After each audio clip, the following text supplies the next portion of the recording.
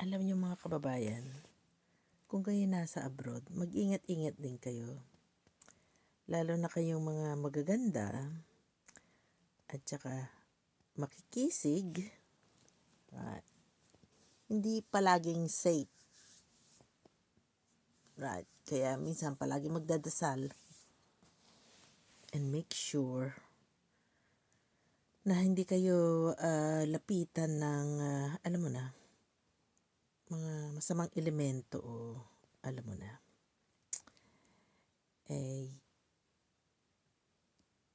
mayroong nang i-stock sa akin.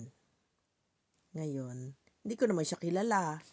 Stranger siya, stranger din ako, hindi ko siya kilala. So ngayon, 7 or 8 months ago, peaceful ako sa computer, sa library. Tapos, since last year, peaceful naman ako, wala akong problema sa library computer. Lahat ng mga tao doon, tahimik, yung mga puti, tahimik. They mind their own business. Tapos, around 7 months ago, I think around March this year, merong nagpapapansin sa loob ng library computer.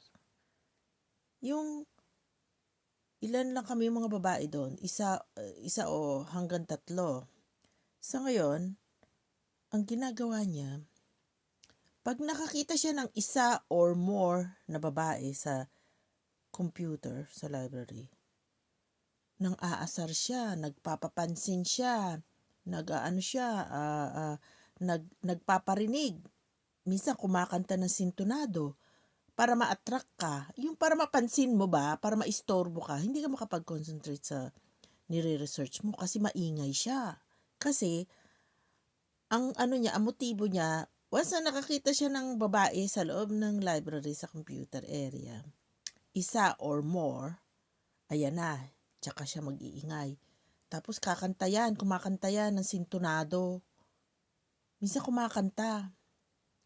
Tapos yung parang nagpapahiwatig na hindi mo maintindihan. So hindi ka ngayon makapag-concentrate sa nire-research mo. May nire-research ako at kailangan ko yun i-submit.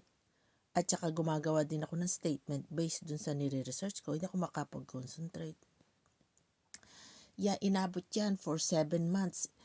Mga ilang buwan yan, mga 3 months, pag nandun ako sa library, kasi nga nagre-research nga ako dahil wala akong wifi sa bahay. So, nagre-rely talaga ako sa computer, sa library. Kasi may wifi sila, libre. So, ngayon, itong stranger na to, istorbo. May boses siyang ang tunada niya parang French. May edad na, siguro mga 55, between 50 to 65, ganon ang edad. Tapos medium build. Tapos yung buhok niya parang parang grayish. Merong gray na yung buhok niya tapos black sa ilalim. So ngayon, ang tunada niya parang French. So hindi ko maintindihan talaga. Tapos minsan pag nakaupo ako, dahil nga hindi ako makapag-concentrate, lumalabas na ako kaagad. Kasi hindi nga ako makapag-concentrate.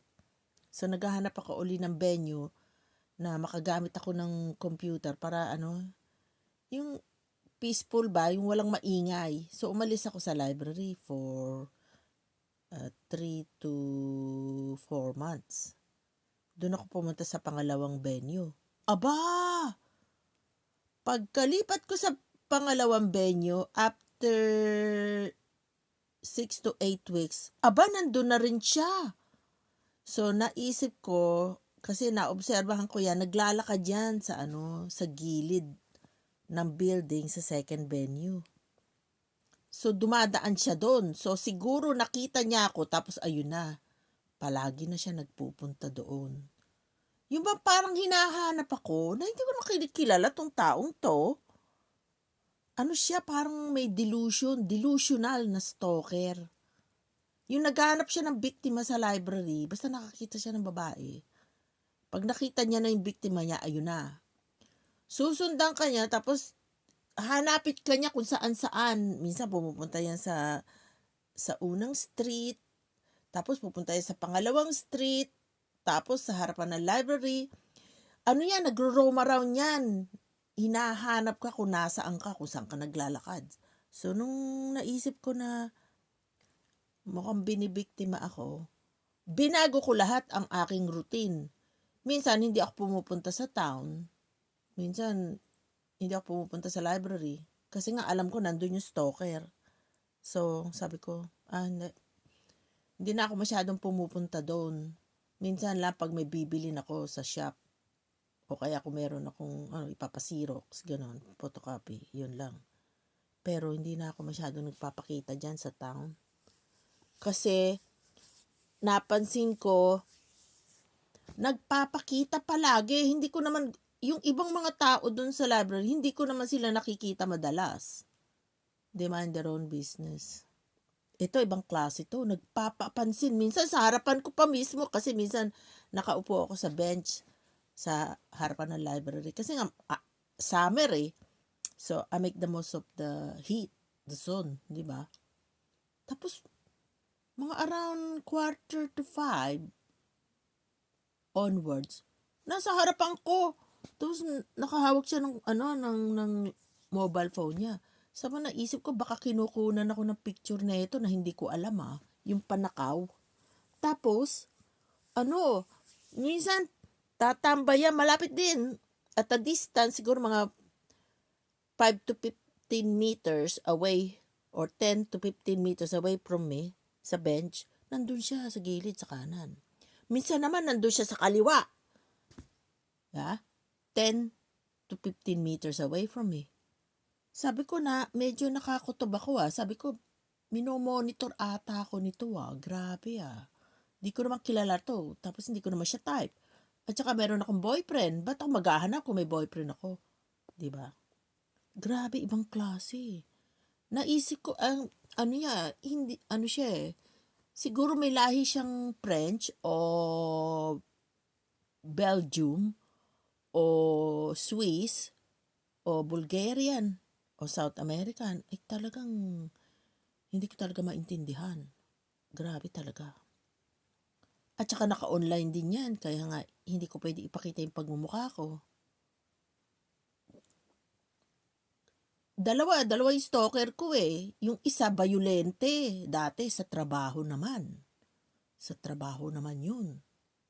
Umalis ako kaagad doon kasi hindi ko na masikmura talaga. Sick.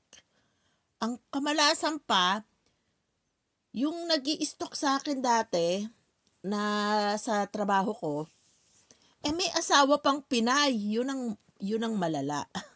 Yung Pinay, hindi niya alam na yung asawa niya gumagawa ng milagro sa labas habang nagtatrabaho. Hindi niya alam. Wala siyang kaalam-alam. Hindi ko naman nakikita yung asawa niya. Sabi ko, pag nakita ko yung asawa niya, sasabihin ko sa kanya mismo kung anong pinaggagawa ng asawa niya. Grabe. Hindi normal. Wala siya sa normal na behavior. Yung kumbaga, yung tawag doon? May personality disorder siya. Wala siya sa katinuan. Kaya, mga kababayan, hindi lang babae ang nai-stalk. Either sa trabaho or sa labas. Lalaki rin nai-stalk. Mga lalaki rin nabibiktima ng stalking. Minsan, ang mga stalker mo, halimbawa, kung may edad ka, minsan, ang stalker mo, mas bata sa'yo. Minsan, 16 to 40, 50 years old. See? So, medyo ingat-ingat lang. At saka palaging ano yan? Yung palaging yung ilalag. Gagawa kayo ng diary sa notebook. Date, time, location, kung ano nangyari, nasaan ka, ganun. Tapos, banggitin mo rin sa mga kaibigan mo kung anong nangyayari sa'yo. Kasi, ang ibang mga stalkers, meron silang personality disorder, meron silang mental problem, at saka wala sa katinuan. Yun ang masasabi ko. Kaya mag-ingat-ingat kayo mga kababayan. Kahit lalaki nabibiktima rin. Babae, lalaki nabibiktima. Kahit young people nabibiktima rin. So, ingat-ingat mga kababayan. Kung nakaka-relate kayo, kwentuhan nyo naman ako. Dito, i-share nyo rin, ha? I-share nyo. Para magkaroon tayo ng moral support, di ba? Kahit saang sulok ka man ng mundo, i-share mo naman. Oo, kasi nakakatakot eh. Sa Pilipinas naman, hindi naman ganyan, di ba? Wala pa ako na-encounter na ganyan sa Pilipinas. Kasi ang mga lalaki natin karamihan naman ng ating mga kalalakihan may respeto sa babae, di ba? Yung respeto sa babae ang part ng kultura natin. Dito sa ibang bansa, ibang klase to. Ibang klase. Kaya sinasabi ko sa inyo, pasensya na sa inyo kung hindi ko maipakita yung mukha ko kasi nga, yung stalker ko naka-online din. So, hindi talaga. Nightmare eh.